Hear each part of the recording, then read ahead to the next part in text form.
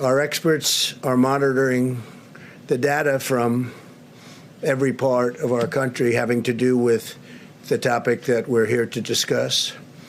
In the midst of grief and pain, we're seeing clear signs that our aggressive strategy is saving countless lives. Tremendous progress is being made, although when you look at some of the numbers, I just spoke with Governor Cuomo, we had a good talk.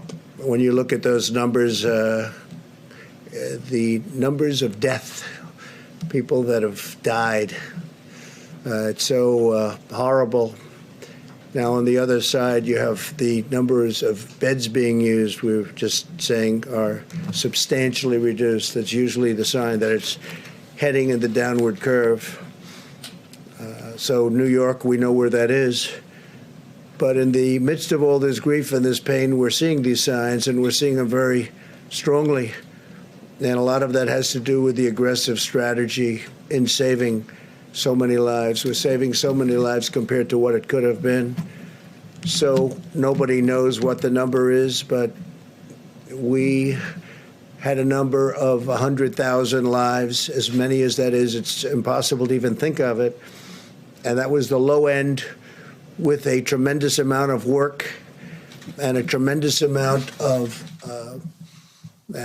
you can call it many different things. Our people had to be extremely strong and brave to be able to put up with what they've put up with. But the minimum, if you did this, social distancing and every other aspect, and I think I can say 90%, maybe even more than that, we're able to do it.